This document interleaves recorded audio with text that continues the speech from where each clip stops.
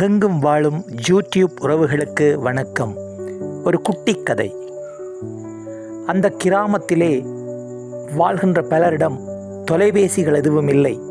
அதனால் அக்கிராமத்தில் கட்டணம் கட்டி தொலைபேசியில் கதைப்பதற்கான ஒரு கடை ஒன்று இருந்தது. ஒரு நாள் காலை ஒரு துடுப்பான இளைஞன் அங்கே வந்தான். அவன் அந்த கடை முதலாளியிடம் தான் ஒரு தொலைபேசி உரையாடல் செய்ய வேண்டும் என்று கூறி தொலைபேசியை வாங்கினான்.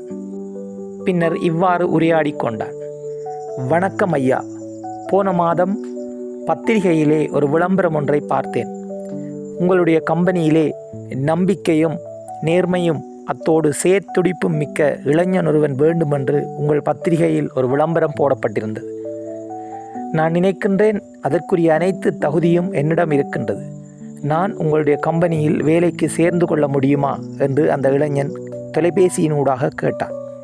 அப்போது மறுமுனையில் இருந்தவர், அதற்கு நான் ஒருவரை எடுத்து விட்டேன் என்று கூறினார். நான் மிகவும் நேர்மையாகவும் சேர்த்திறனுடனும் வேலை புரிவேன் என்று மீண்டும் இந்த இளைஞன் குறிப்பிட்டான். அதற்கு அங்கு மறுமுனையில் இருந்தவர், நாங்கள் இப்போது வேலைக்கு அமர்த்திய பையனும் மிகவும் நேர்மையானவன், நேரத்தை மிகவும் திட்டமிட்டு செயற்படுகின்றான், அவனிடம் எந்த குறையும் இல்லை, இப்போதைக்கு நாங்கள் வேலைக்கு ஆட்களை சேர்க்கின்ற ஐடியாவும் இல்லை என்று கூறினார். உடனே அந்த இளைஞன் தொலைபேசி அழைப்பை துண்டித்துவிட்டு அதற்குரிய கட்டணம் எவ்வளவு என்று கேட்டார்.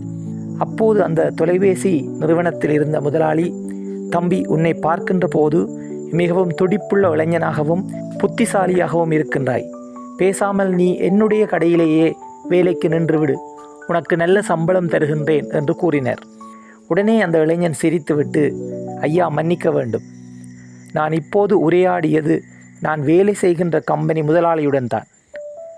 அவர் குறிப்பிட்ட அந்த இளைஞன், அண்மையில் தான் வேலைக்கு சேர்த்த இளைஞன், என்னைத்தான் அவர் குறிப்பிடுகின்றார். நான் தான் அந்த வேலைக்கு போன மாதம் சேர்ந்து கொண்டேன் என்று கூறினான். அப்போது அந்த கடை முதலாளி, அப்படியென்றால் எதற்காக இவ்வாறு தொலைபேசியில் உரையாடினாய் என்று கேட்டார்.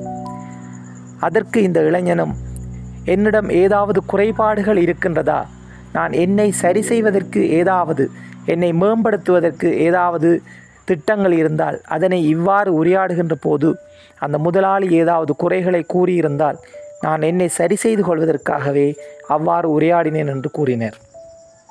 ஆம், ஒவ்வொருவரும் தம்மைத்தாம் சுய பரிசோதனை செய்து கொள்ளுதல் எவ்வளவு சிறந்தது. இவ்வாறு கூறிய இளைஞன் அந்த தொலைபேசிக்குரிய கட்டணத்தை செலுத்திவிட்டு புறப்பட்டு சென்றான். அந்த கடை முதலாளி அந்த இளைஞனை அவன் சென்று மறையும் வரை பார்த்து கொண்டே இருந்தார். அன்றிலிருந்து அவர் தன்னை சுயபரிசோதனை செய்ய தொடங்கினார். நாங்களும் இன்றிலிருந்து புறச்சூழலை ஆராய்வதை விடுத்து எம்மை நாம் முதலில் ஆராயத் தொடங்குவோம். ஒவ்வொருவரும் எம்முடைய குறைநிறைகளை நன்கு மதிப்பீடு செய்து அதிலிருந்து முன்னேறத் தொடங்குவோம். நன்றி.